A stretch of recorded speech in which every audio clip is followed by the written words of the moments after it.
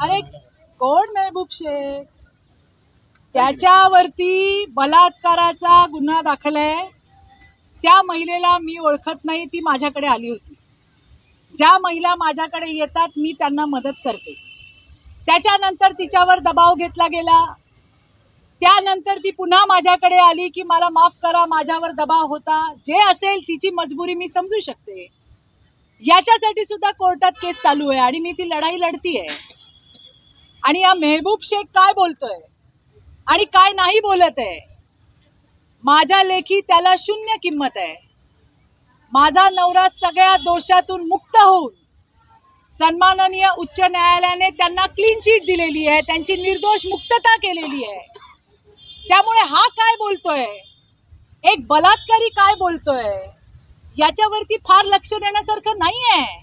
आणि मला माहिती आहे की ज्या ज्या वेळेला मी या तुतारीवर आणि महबूब शेखवर बोलेन तेव्हा तेव्हा माझ्यावरती नाही त्या भाषेमध्ये टीका केली जाईल.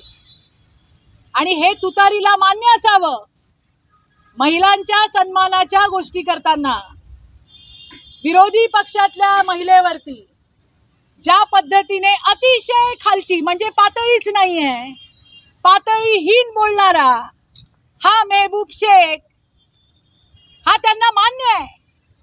आणि असे महबूब शेख, असे 1760 महबूब शेख चित्रा वाघ तंगड्याला घेऊन फिरत असते. मला काहीही बोललं, कितीही पातळीहीन बोललं तरी महबूब शेख बलात्कारी आहे हे कोणी पुसू शकणार नाही. आणि माझी लढाई कोर्टात चालू आहे, ती मी लढतीये आणि मी ती लढणार आहे. त्यामुळे जी सत्यता आहे, मी काय कुणाच्या घरी जाऊन विचारायला जात नाही का तुझ्यावरती महबूब शेखने बलात्कार केला का. ती पोरगी माझ्यापर्यंत आली आणि ज्या गोष्टी आल्या त्या सगळ्यांना महाराष्ट्रात माहिती आहे. म्हणून ओ महबूब, किती पण बोललास, पातळीहीन बोलला, आज काय वेश्या बोलला का? बघा तुम्ही, पवार साहेब आणि सुप्रियाताई, तुमच्या पक्षाचा युवा अध्यक्ष काय म्हणतोय पाहिलं का? तुम्हाला चालत असेल ते चालवून घ्या, मला काही फरक पडत नाही, मला फरक पडत नाही.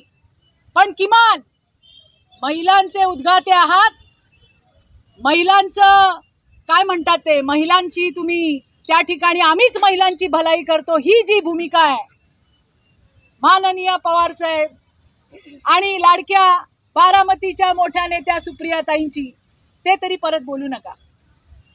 एवढंच मला सांगायचंय. बाकी मला कितीही पातळीहीन बोलले तरी मी मात्र बोलत राहणार.